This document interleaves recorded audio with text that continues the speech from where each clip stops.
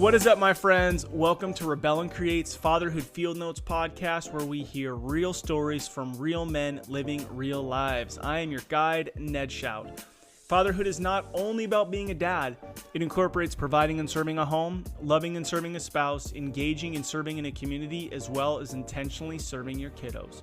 Fatherhood is an adventure, one full of fun, wild, and most definitely messy stories. Guys, this conversation is going to provide you with a ton of value. Shallenberger is a leading authority on planning and productivity. He has worked with some incredible companies around the world, including the Dallas Cowboys. Some of the tools he shares in this podcast are going to help you. They've already helped me adjust my pre-week planning and help me to be a more intentionally engaged father. Rob is a father to four, so he knows what he's talking about, and he is also a rock star, as he was an F-16 pilot in the Airforce for 11 years and was an advanced agent for Airforce 1. You guys, this is a great conversation. You're going to learn a ton. Enjoy.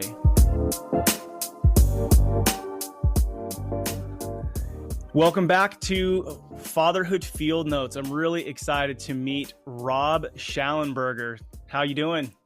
Hey, I'm fabulous. Thank you, Ned, for doing this. And anybody who's listening to this, it says a lot about your character and who you are. So thanks, Ned, for doing this, first of all. And I appreciate the opportunity to be here.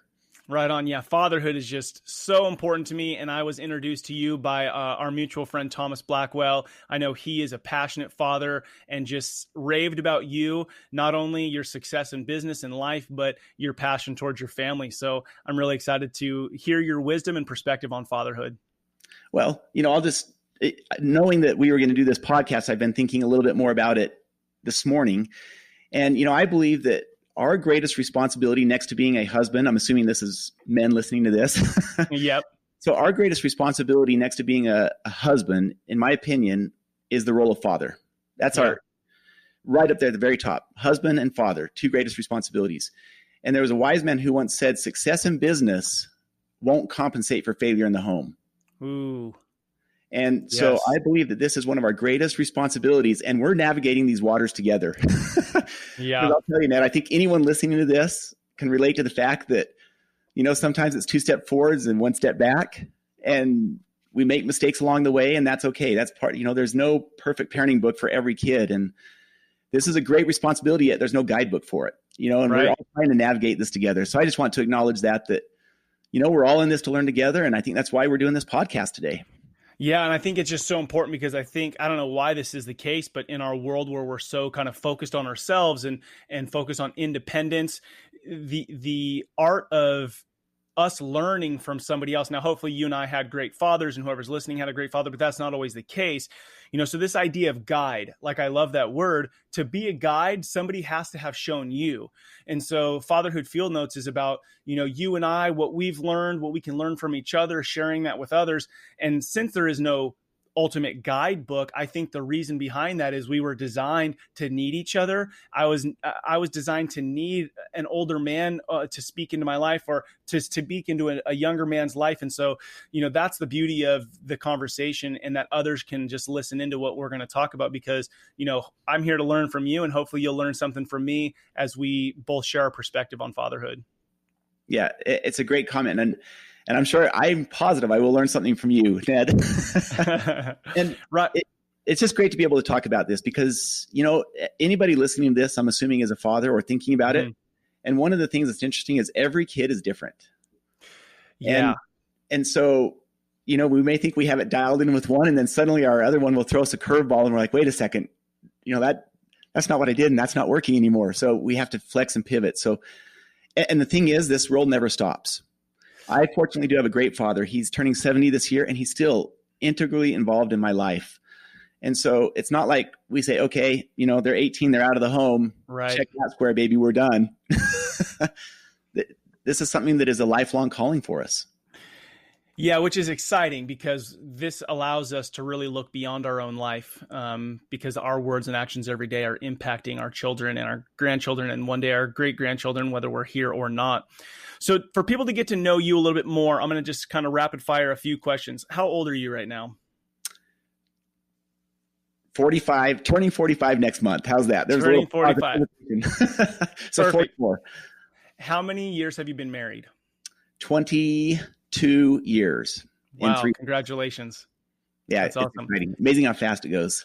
Oh yeah. And then how many kids do you have and what are their ages? Yeah. 4 kids. Oldest is 18, Robbie. I'll talk more about him in a little bit. And he just graduated from high school. He's getting ready to go serve a 2-year mission in Brazil. Nice. Temporarily assigned to Las Vegas until he gets his visa. And then Bella, who's 15, beautiful girl. Bella, beautiful in Spanish. You know what that means there. And then Lana, who's 12, and Clara, who is 10. So boy, 3 girls. Awesome. Okay. So I have a boy and 4 girls. So similar right there. What do you do? And I know we could talk about this for hours, but what do you do in a couple minutes for a living to provide for the family? Oh yeah, I'll just answer that question quickly so we can focus this on our fatherhood stuff. So graduated from Utah State, MBA from Colorado State, went on to be a fighter pilot in the Air Force for 11 years. So I flew F-16s, worked with Air Force One, traveling the world with Air Force One. Incredible. Left that in 2011 after just, an incredible time and experience there. Yeah. And then my father and I joined forces and started a company called Becoming Your Best Global Leadership. And this is really built around research focusing on great leaders and high performers and what sets apart the very best from everyone else. And we found that there are 12 principles that you see over and over in highly successful people and leaders. And so we built a training program around that. And we've had the chance to travel all over the world, training organizations and people, keynoting conferences, and it's just been amazing. It's been a huge blessing to meet so many great people around the world. And I'll just make a side note comment here. The mainstream media portrays so much negativity in the world as if there's hate everywhere. And that really is a portrayal that's not accurate because what I found is there's so much good in the world too. There are so many dads that want to be great dads, relating into this podcast. Yeah. And transcends cultures, transcends countries. There's a lot of good people out there that want to do good. And so it's been a blessing to meet so many of those people. And since then, we've written several other books, developed a planning process, and publishing a new book called Do What Matters Most. And that's it in about 1 minute and 30 seconds there. So that's where we're at now, running this leadership and training company and working with organizations and people around the world. Nice. And maybe you could just throw out a couple, as you've started this business with your dad, which is incredible on its own, right? You said your dad's 70 and I've seen some of the videos and some of the stuff you guys are doing together, which is really cool to be kind of multi-generational business family ran. What are a couple organizations that you have, if you can mention them, that you felt, wow, this is so cool that we're coming in talking about leadership with these people, this organization, et cetera? Yeah. Oh man, there's a bunch. There's a great company in the Philippines. We've been to South Africa many times. I have some amazing friends in South Africa. One that everyone will recognize, whether you like them or not, is the Dallas Cowboys.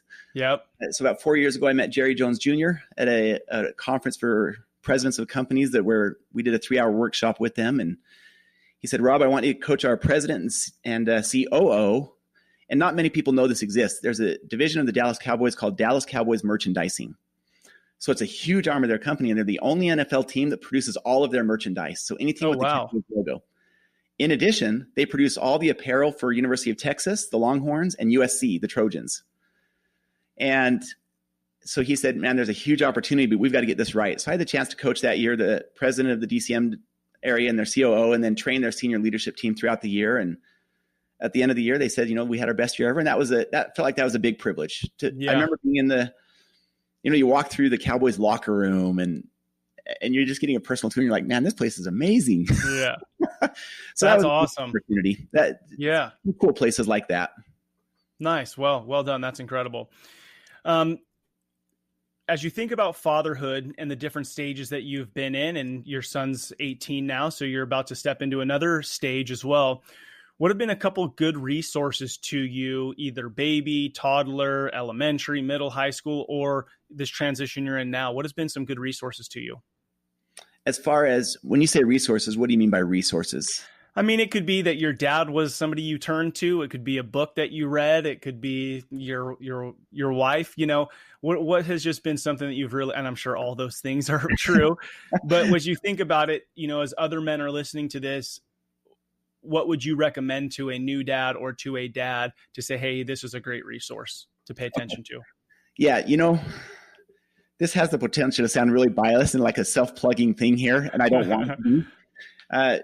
One of the reasons why I started this company, Becoming Your Best with my father, is because of the love and respect and admiration I had for him. And he had been studying, this group of high performers and great leaders for decades prior to me coming out. So we knew about this long in advance that we were going to do this. It was very clear that these 12 principles started to emerge and that they were so predictive of success, transcending culture, gender, race. It didn't matter. And, as I started looking at these principles in depth, I realized right here that we had a treasure trove in front of us and that I could do a lot better as a father focusing on these principles. Some areas I was doing well and some areas I wasn't. And so, I'll just give you a couple of examples. Principle number 4 amongst these 12 principles is prioritize your time. And we found in our own research that 68% of people feel like prioritizing their time is their number one challenge. And yet 80% of those same people don't have a process on how to prioritize their time and do what matters most. This was a big deal for me coming out of the Air Force. I had been gone and away from home a lot. And I was feeling that. That was one of the reasons for getting out of the Air Force and moving back to Utah and establishing some roots, is because I felt like I wasn't spending the time I needed to with my kids. I was gone for months at a time, and that was starting to wear on me. So that's just one example. And do you mind if I elaborate on that particular principle of prioritize your time? No, please. And if I can I'm just going to say one thing before you do is, as guys, as we're listening to this right now, I think it's so important that we can look in the mirror and say, investing in myself, it's not about if you're a pastor or a CEO or a president of a company, like all those things might change throughout life. You're the only father to this family. So these 12 principle books, all these kind of, you might say, self-help books or books that help you become a better person, it's so important for you to do that for you and your family. Like that's your legacy. And so I think when we start to hear, okay, well, 12 principles, that's really written for a business owner. No, that guy might sell that business or might not be at that business. You're the only dad this family has. So for you to pick up books like this and invest in yourself like this for your role as a father is crucial and critical. So I just want to kind of preface it with that, because I think this stuff is not just for the CEO. Oh, absolutely not. And I'm so glad you mentioned that, because that's exactly right, Ned. And for each one of us, right? It doesn't matter where we've been. It doesn't matter who we've been, title or whatever. The question is, who are we right now and where are we going and what habits are we developing? Since you brought up the reading, I'll just support what you're saying right there. There's an acronym we use, GIGO, garbage in, garbage out, or greatness in, greatness out. I like it. What are we putting into our brains? Garbage or greatness? Because whatever we put in is what we can expect out. We want to be great fathers. We better not be sitting in front of the TV 6 hours a day, putting garbage in. And reading books is one of the best ways. Listening to podcasts, one of the best ways. Attending a seminar, a conference, whatever. Your comment, and I love the words investing in yourself, rather than it being an expense. Yeah. 43% of college graduates will never read another book the rest of their life. That's wild. Isn't that crazy to think about? And that is one of the greatest predictive habits of high performance, is simply reading. And so I just agree with you. As dads, this journey never stops. And so reading books is a huge way to keep our minds engaged, of saying, what can we do to be better? So I'm glad you brought that up. So let me just pause and go back to that principle number 4 of the 12, which is prioritize your time. Because I know that this is an issue for a lot of people, right? Time. Yeah. How do you prioritize your time and do what matters most? And so I've been using a process that we've honed in, and this is one of the things that we teach in our seminars, called pre-week planning. And I've been doing this, like I mentioned, for about 22 years now. And I can't tell you what my life would be like if you took this process out of my life. It would literally fall apart. So maybe I could just share a quick story about this, Ned. Would that be all right? This is impromptu. It's off the cuff. This was not planned. It's just a great question on your part. So pre-week planning, here's how simple this process is we invite people to sit down somewhere between Friday afternoon and Sunday evening. Look at their vision and goals, which is a different conversation. So look at their vision and goals, and then go through this process of pre-week planning, which involves this. After reviewing your vision and goals, step 1. Step 2 is, what are your roles? So father, husband, manager, sales rep, whatever your job is, and personal. And then add any other roles you want. So 5 to 7 roles. What are the most important hats that you wear in your life? And then having a personal brainstorm with yourself and saying, well, what really matters most this week in that role? and then assigning a time to it. And it seems so simple. You look at it, you're like, well, that's easy. Well, it's simple, but it's not easy because it takes a huge discipline to sit down for 20 or 30 minutes every weekend and do pre-week planning. The weeks we do, though, and I'll bring this up on this podcast because I think it's so important. And you asked me what tools have had a big impact. Honestly, if you really looked at my life, I would say pre-week planning has had the number one greatest impact on my relationship with my kids, because it's prioritizing what matters most, and it's scheduling our priorities rather than prioritizing our schedule. In other words, we could go through and just let life hit us, or we can, there's an adage I heard once, we can lead a life by design, or we can live a life by default. And pre-week planning, when it's in alignment with our vision and goals, helps us lead a life by design and intentionally ask ourselves, in the role of father this week, what can I specifically do with each of my children? And I'll give you an example of how specifically and of how simple some of these specific items can be. It was like 2 years ago, I was flying out somewhere to do, a keynote somewhere. And under the role of father that week, I had write a note to Lana. That's my, daughter, kid number 3. And so I wrote a little note to her, just telling her how much I loved her, and left it on her bed. Flew out. And then the next day I was coming home on the plane, and I wish I had a little screenshot I could put up for you here.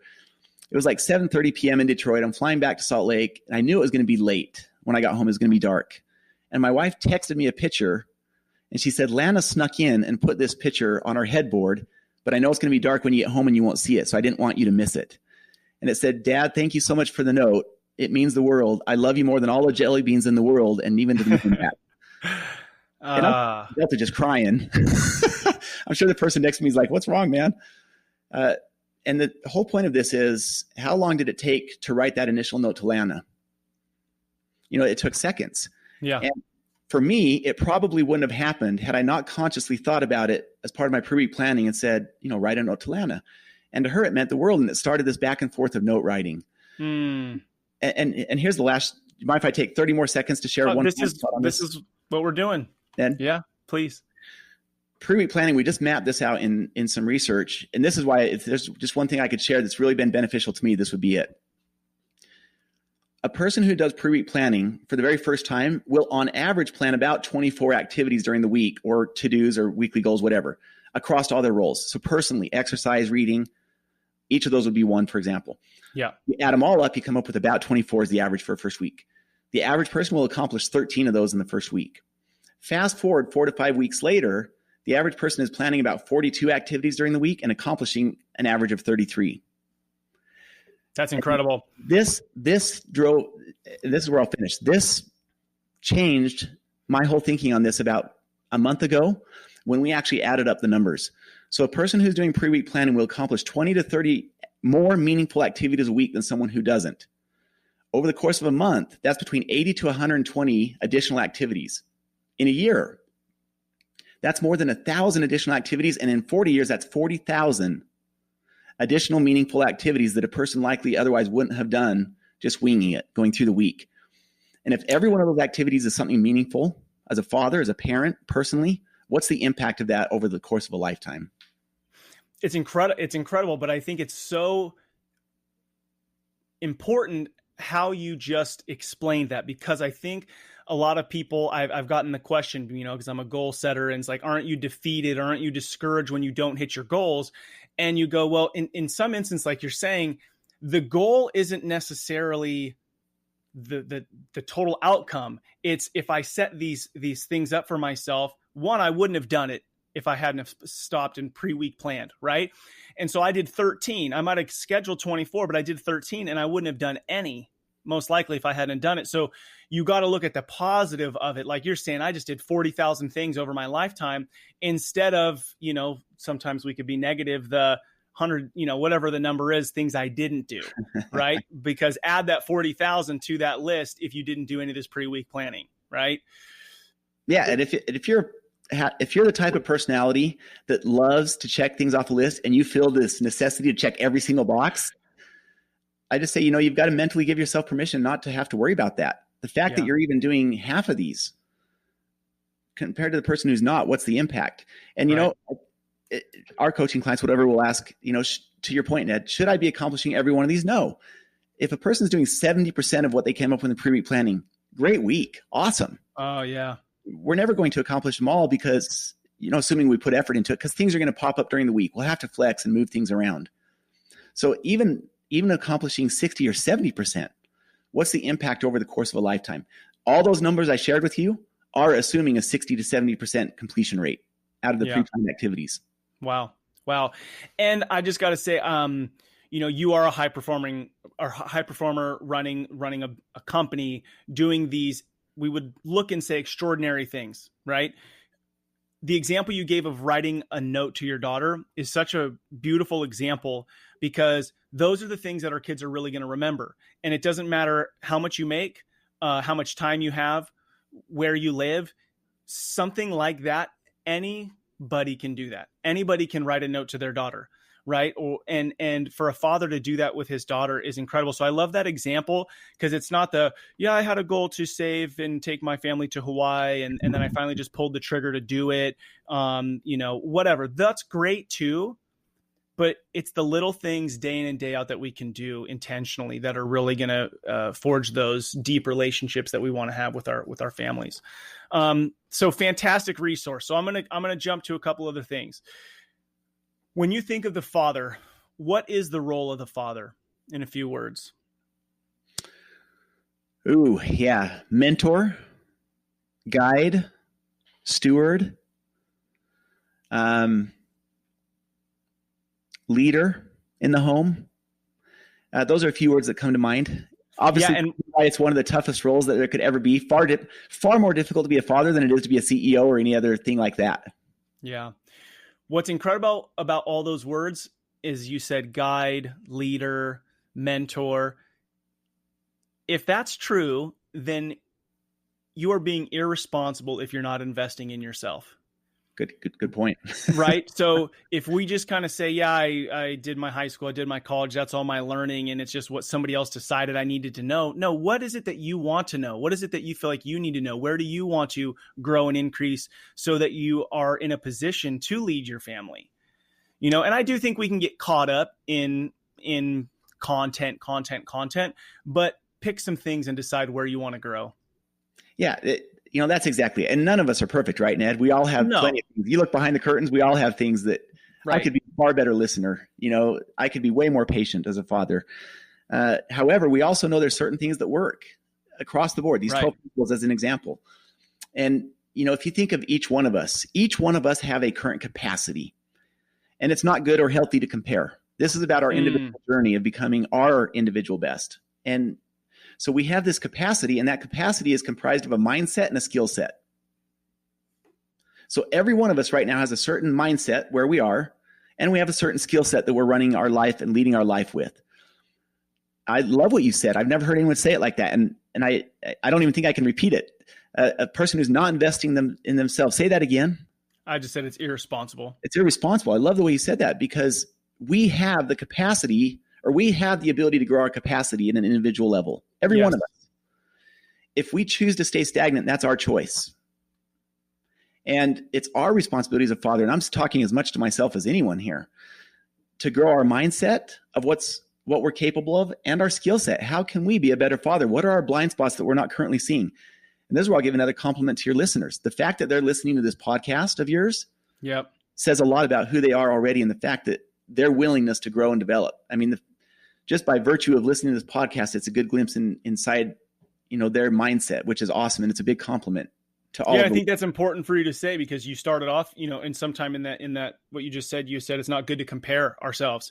Right. But if I'm listening, I might feel like, oh my goodness, I'm not working on my skill set. I'm not working. Yes, you are. You're listening to this. Like, you are doing it right now. So don't compare yourself to me. Don't compare yourself to Rob. Also, though, I would say the expectations for fathers is so low in our world. Don't compare yourself to the idiot dad next door and just say, hey, you know what? Amen. I at least hang out with my kid for 5 minutes a week. I'm better than that guy. Amen. You don't want to compare yourself to him either, which this leads me into, this next question is, this is Fatherhood Field Notes. You're already sharing your field notes. You're sharing your life, your wisdom with us. The mantra is rebel and create. And this was really born to me in 2015, and that I want to rebel against the status quo, and I want to create the life, the legacy, the family that I know that I was designed to do. So as you've thought, or as you've been talking, what is something that you're rebelling against? And what do you hope to create out of that? That's a great question, Ned. So Ned sent me a questionnaire yesterday, and this is one of the questions he asked is, what's something you've rebelled against? And I put, I'm not sure, because I wasn't sure what he meant by that. And he's clarified that, and I thought about it for a few minutes, and there was a very clear answer that emerged, actually. And I don't know about you listening to this as a father. Each of my kids are very different from each other. And my oldest, my son, has the ability to get under my skin and push buttons like nobody else in the world can do. You know, I'm a pretty in control guy of my emotions. I can take just about anything. That's the fighter pilot side. There's very few people who can get under my skin and push my buttons. My son is one of those few people that has the ability to do that. He has a gift. He has a gift, and he can use it well. And, you know, so it's funny. There's a couple things. And, you know, going into the 18th year, that's tough anyway, because it's tough for them. It's tough for the parent, because they're getting to the point where they're independent. They want to spread their wings. Yet in many cases, they're still living at home. They're finishing their senior year of high school. And it's this kind of this weird time where they're ready to get out. You know, it's the eagle leaving the nest. Yet they're still under our roof, if you will. And so there can be this mixing, and it can be a fun time as well as a tough time. And so there's this thought that came to mind. I was talking with my brother-in-law. I was talking with my wife quite a bit. It had been a rough month just overall, because he pushed my buttons a few different times. And I was thinking, man, it's driving me crazy. and I realized I need to, there's this term I heard, and I really coined this and adopted it and thought about it a lot: throwing away the script. And I thought, what creates frustration? Well, we talk about this in the employee category all the time. You know, when a coworker has a certain expectation and the other coworker has a certain expectation, if those aren't aligned, there's frustration in the middle. Because, oh, so-and-so said they're going to do this, they didn't do it. So-and-so is thinking in their mind, well, they were going to give me this resource, they didn't do it. Both people are frustrated. Right. Well, in our minds with our children, even with our spouses, many times we have this pre-imagined script. And when someone doesn't follow that script, it can lead to frustration. And there's a healthy balance, in my opinion, as a father, between creating expectations versus letting them live their own life. So I do think it's healthy to have expectations, as long as they know that our love is not contingent upon them meeting those expectations. And that's a challenge. Easy to say, not so easy to do. Especially if they're going a different direction from our expectations, from our script. So I do think it's healthy to have expectations, but having said that, they still need to live their life, and they're not going to meet all of our expectations. At least I tend to have fairly high expectations, and you know, he's just not going to do that. I probably don't live up to my own expectations if I was to really look at it. So with my oldest, you know, I need to put it in context. He's a sharp kid. He got accepted to BYU. He got an ROTC scholarship. He's going to either be a fighter pilot or a surgeon. He's on the football team, the ski team. He plays the piano. He played in Carnegie Hall. You know, you look on the outside, he's a sharp kid. But here I am. I see him every day as a father, and I'm like, look at this. He's being lazy right now. He's doing this. Oh, and this will get into, there's one other thing I want to bring up on this podcast that's had a big, deep impact for me personally, Ned. But this kind of all leads to it, this throwing away the script. So I had this script in my mind of what it would look like for him. He's going to wear a watch. He's going to be punctual. Well, what does he like to do? Hey, if it starts at 9, I'll show up at 9:05. Now the fighter pilot in me says, you know, if you're not 5 minutes early, you're late. And so that was frustrating. My script was, if you're not 5 minutes early, you're late. Simple thing, but it's amazing how that would eat under my skin. We show up at church. He shows up at 9:05. Is that the reality is, I mean, let's step back and look at this. Is that going to affect his outcome in life? No, but it was driving me crazy at the time. I had this pre-written script in my mind. So, you know, blah, blah, blah, all these things that I had scripted out internally, my script. And when he's not living my script, it's really frustrating from a parental perspective. And so I remember being about at my wit's end. Because he's not, you know, my script. And I remember praying, and I don't know where people are at, you know, spiritual beliefs on this or not, but my personal belief is I know there's a God, and I felt his direction and influence many, many, many times throughout my life. It's undeniable. And so I remember kind of being at my wit's end and taking this to him and saying, all right, I can't do this. I need help here.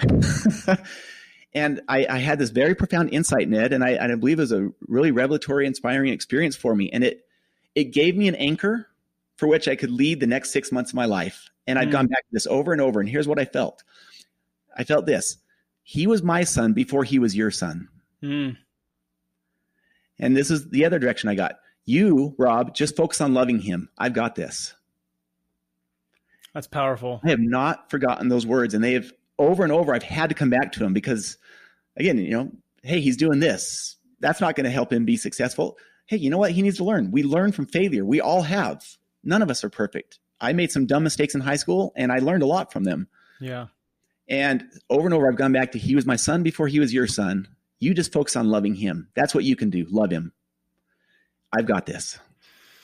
And I think it's just so powerful because as you and I are talking, and yes, we're the guide, yes, we're the mentor, yes, we're the leader. Those are all important things.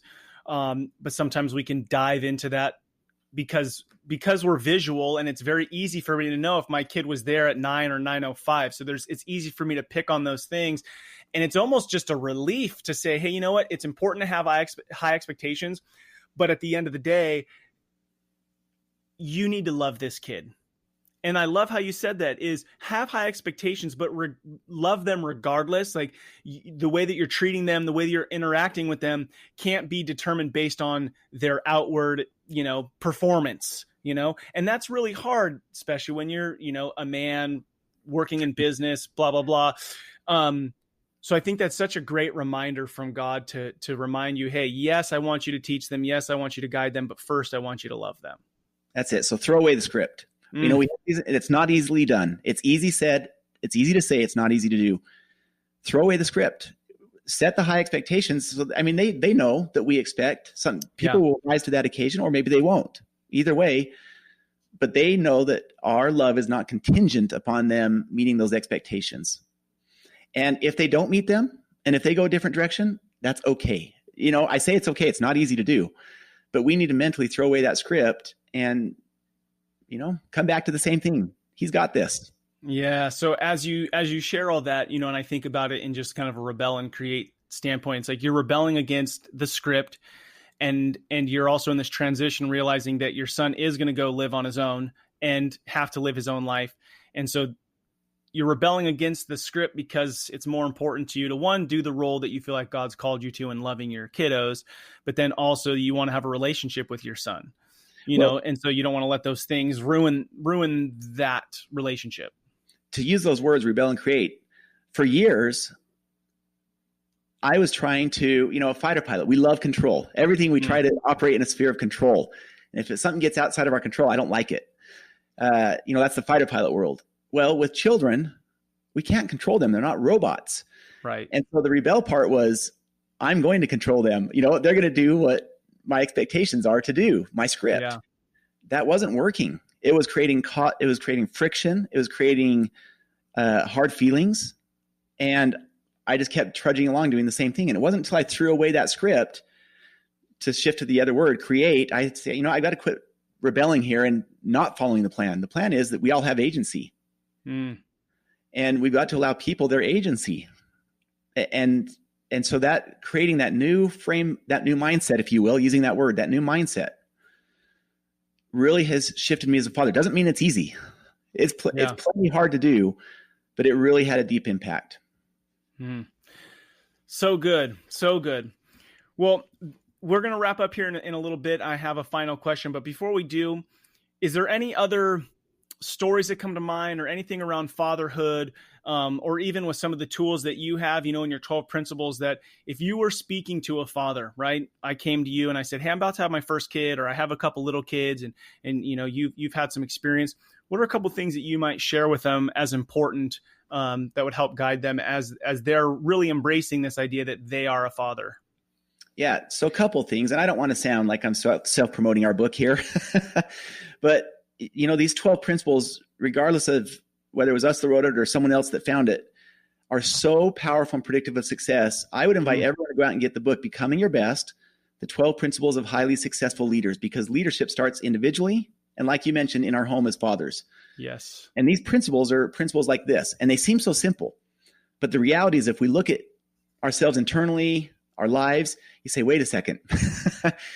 There are principles like this: be true to character, lead with a vision, manage the plan, prioritize your time, build and maintain trust, be an effective communicator. In other words, really listening. So as you keep going through all these principles, you're like, oh man, how much room for improvement is there in that area? So I'll just give you an example. Having a written personal vision, only 1 to 3% of people have a written personal vision. And how powerful would that be as a father, in the role of father, if we could develop a vision for what our role as father looks like? And then as our kids start to grow older, helping them see what their vision is, helping them develop a vision for their life and write it down. It's so powerful. So how would somebody go about writing a vision for themselves? Right. Because I think even just putting that on the task of, okay, this week, I'm going to write a vision for my life and I'm going to do it Tuesday at 3:00, so then you sit down with a blank sheet of paper. And I think sometimes that's just crippling for somebody. Right. So then they just don't do it because they don't want it to be wrong. You know what? The answer to that question, since we're getting close on time, is about a 10-minute answer, Ned. Okay. There are 4 questions that I suggest people ask themselves, and then take those 4 questions, divide your life into your different roles that matter most, use empowering words within each of those roles, and then ask yourself, is it meaningful and does it give you direction? So will you give us the 4 questions? Yeah, sure. And here's probably even the better. I'll give you the 4 questions now. It's not a secret. Is go to our website, becomingyourbest.com. And there's a free pop-up assessment where you can take an assessment. We call it the personal productivity assessment. And it will tell you where you're really strong and areas where maybe there's room for improvement. We all have them, right? Awesome. We have areas for improvement. So go to becomingyourbest.com, take the assessment. You'll get a follow-up email with a 5-day challenge. In that 5-day challenge, we have a 20-minute video for each day, as well as an assignment for that day. So on day 1, it is exactly this. It's develop a written personal vision. Day 2 is developing roles and goals. Day 3 is per-week planning. Day 4 is a 6-step process. And day 5 is the habits that will lead to a long, healthy, peaceful life. But you got to take the assessment first. You've got to see where you're at. That's the starting point. The 4 questions are this. In 10 to 20 years, where do you want to be and what are some things you want to have accomplished? Number 2, think of a mentor or influencer who's had a positive impact in your life. What are the characteristics, traits, and attributes that you admire about those people or persons? That's a great question. That is a great question. They don't have to be alive. They can be dead. They can be people from history, Christ, Benjamin Franklin, George Washington, whoever. Number 3 is in 50 years from today, how do you hope other people will look back, think of, and describe you, whether you're alive or dead? When they talk about Ned, what will they say? And then lastly, in your home, in your community, and in the world, what are some things that you would like to improve? And the thing about a vision, it doesn't have to change the world. It just has to change your world, our world, individually. Yeah. And that's the power in having a personal vision.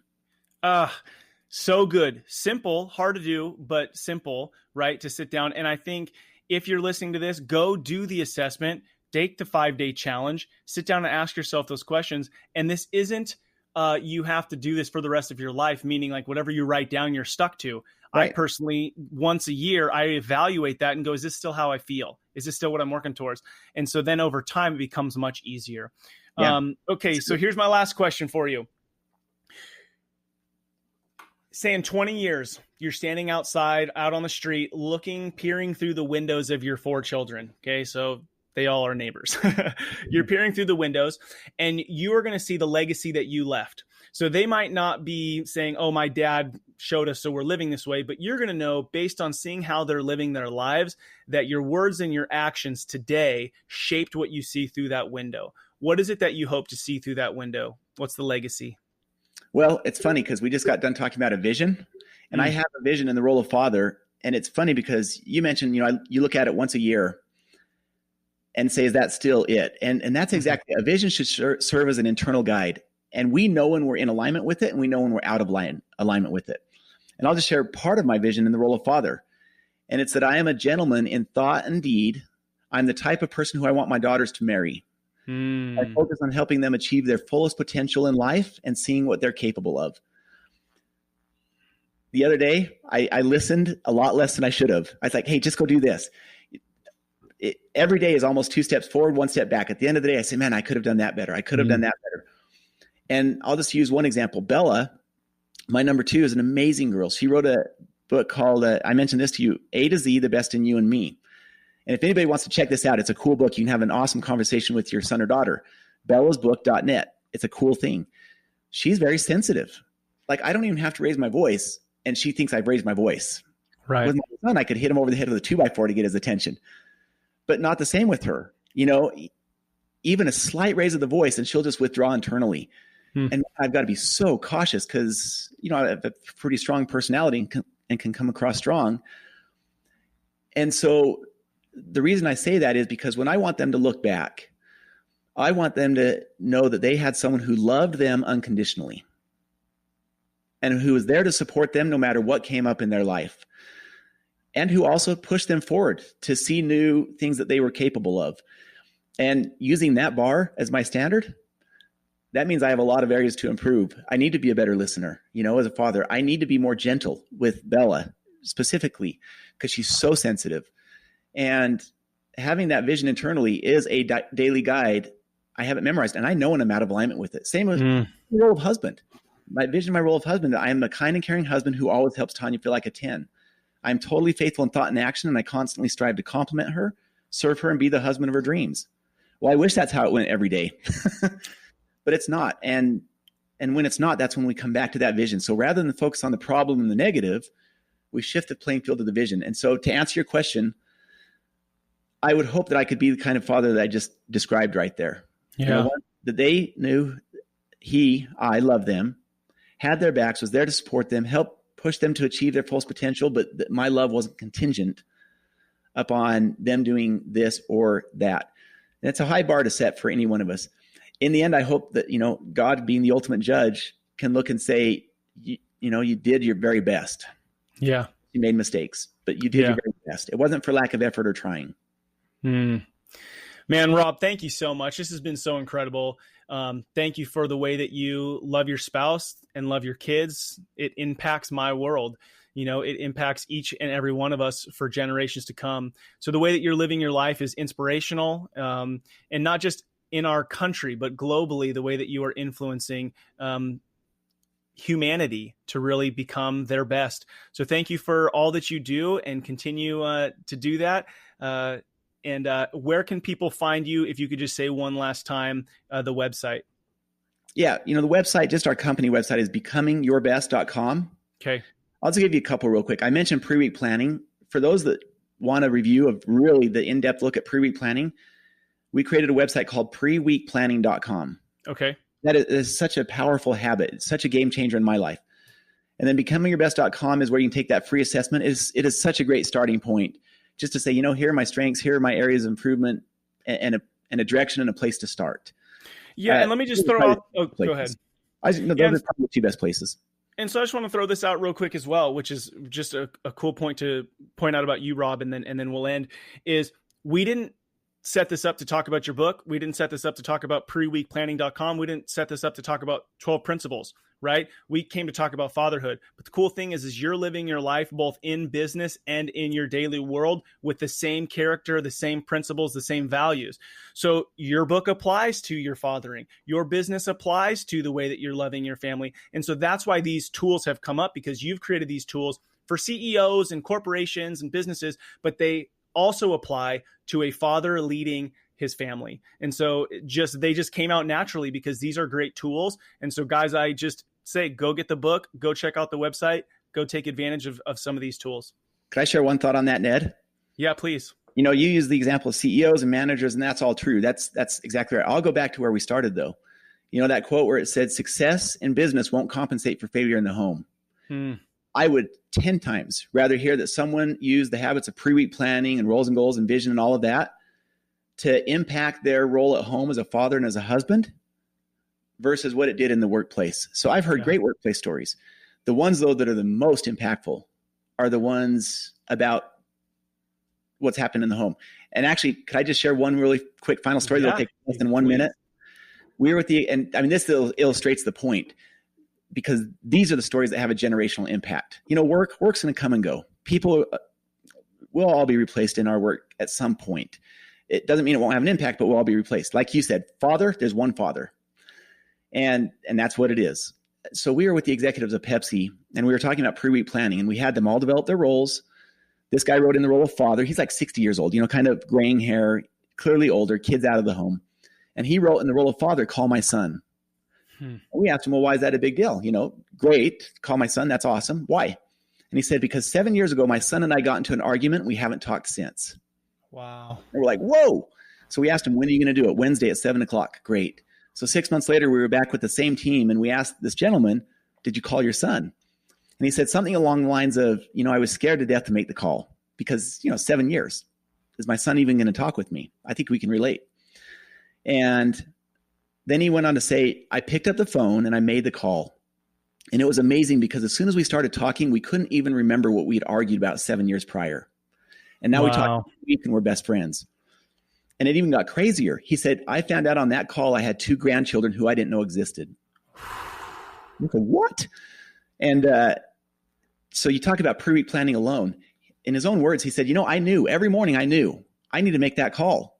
But the very next thought was, well, I'll just do it next week. And those days just tend not to show up.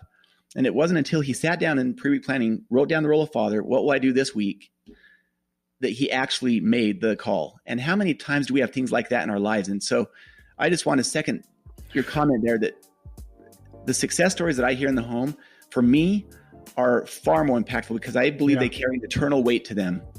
And so this is where it really counts. Yeah. Oh, beautiful. Thank you. I'm so glad that story popped in your head. Because I just think it's so good for people to hear, because there are these things that we think we want to do. And really it can be a prison. Like that guy waking up every day thinking about, I need to make that call. Like what a prison to be living in, and the freedom that it gave him. And not only the freedom, but the relationship. So Rob, thank you so much for sharing your wisdom on fatherhood. I look forward to following you and just continuing to watch what you do out in the world. Well, thank you, Ned. And thank you, everyone listening. So nice to meet you and visit. We could talk for hours.